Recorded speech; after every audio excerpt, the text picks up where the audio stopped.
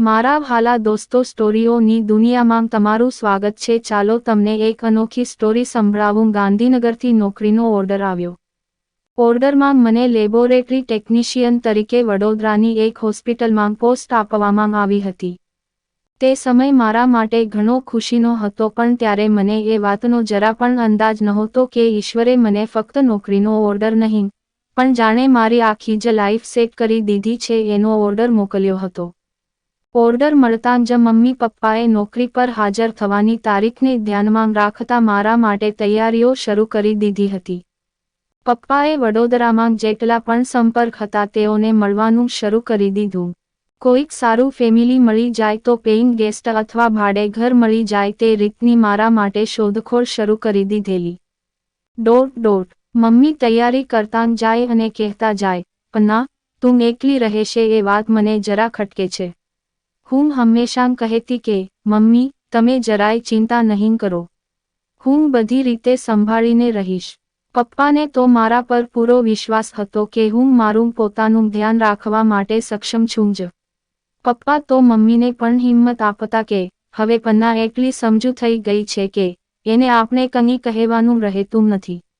એકલી રહેશે અને જો કરશે તો બીજું પણ ઘણું શીખવાનું છે, તે આ રીતે જ ઘડાશે।"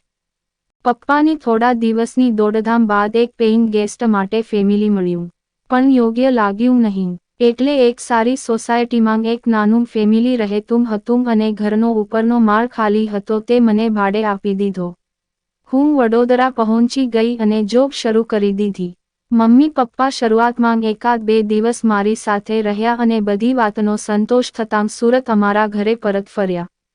જોબ ઉપર અમારી લેબોરેટરીમાં ઘણો મોટો સ્ટાફ હતો। મારા જોબ જોઈન કર્યા બાદ 10 થી 12 દિવસ પછી વિવેકને મારી જેમ જ નોકરીનો ઓર્ડર મળ્યો હતો અને તે પણ બિલકુલ મારી માફક અમદાવાદથી વડોદરા આવ્યો હતો। શરૂઆતમાં તે પેઇંગ ગેસ્ટ તરીકે રહેતો હતો। જોબ પર એ મારી બાજુમાં જ બેસતો હતો અને કંઈ પણ પૂછવા જેવું લાગે તો મને જ પૂછતો હતો। એકદમ વિવેકી, હસમુખો સ્વભાવ, તરત જ ભળી જાય એવો। લંચ ટાઈમમાં એ મારી સાથે જ હોય, અમે સાથે જ નાસ્તો કરતા। સાંજે છૂટ્યા બાદ પણ જો અમને ભૂખ લાગી હોય તો ક્યારેક કેન્ટીનમાં પણ સાથે જતા। આખો દિવસ સાથે રહેવું અને બહાર પણ મળતા રહેવાને કારણે અમારી વચ્ચે સારી મિત્રતા થઈ ગઈ। ખરેખર કહું તો આજે જ્યારે આ લખી રહી છું કે તે દિવસોમાં હું વિવેકનું ધ્યાન મારી તરફ ન હોય ત્યારે હું એને જોતી રહેતી હતી। બિલકુલ એ પણ એવું જ કરતો હતો। ફ્રેન્ડશિપ ડેના દિવસે અમે બંનેએ અમારી લાગણીઓને વહેવા દીધેલી અને વોટ્સએપ પર સારા મિત્રો બન્યા। ત્યારબાદ અંગત બાબતોમાં પણ એકબીજાનું ધ્યાન રાખતા થઈ ગયેલા, એકબીજાની પસંદ નાપસંદનો ખ્યાલ રાખતા થઈ ગયેલા અને લગભગ અમે જોબ પરથી છૂટીને ફરવા નીકળી જતા અને રાત્રે જમ્યા બાદ જ છૂટા પડતાં। ક્યારેક હોટલમાં જમીને ફિલ્મ જોઈને જ ઘરે જતાં। આજે પણ એ જ સિલસિલો ચાલુ છે।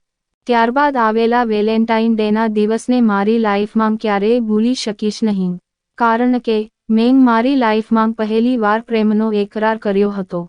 જો કે શરૂઆત વિવેકે કરી હતી અને મેં એના પ્રેમનો સ્વીકાર કર્યો હતો, પણ તે ક્ષણ પછી મારા હૃદયમાંથી વિવેક પ્રત્યેનો પ્રેમ વહેવાનું શરૂ થયું છે અને આખી જિંદગી વહેતો રહેશે। વિવેક પણ મને ખૂબ પ્રેમ કરે છે। વડોદરા આવ્યા પછી મારી આખી લાઈફ બદલાઈ ગઈ છે।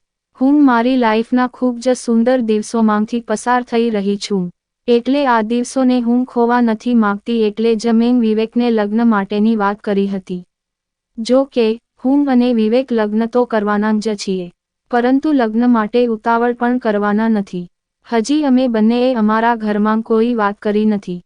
હું શનિ રવિ સુરત મારા ઘરે જાઉં છું ત્યારે મમ્મી વારંવાર કહે છે, "પન્ના, તું વડોદરા ગઈ પછી તારામાં ઘણો ચેન્જ આવી ગયો છે।"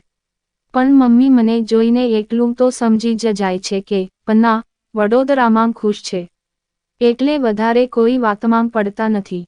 મારી જેમ જ વિવેક પણ શનિવારે જોબ પરથી છૂટીને અમદાવાદ એના ઘરે જાય છે અને સોમવારે સવારે પાછા સાથે જ હોઈએ છીએ।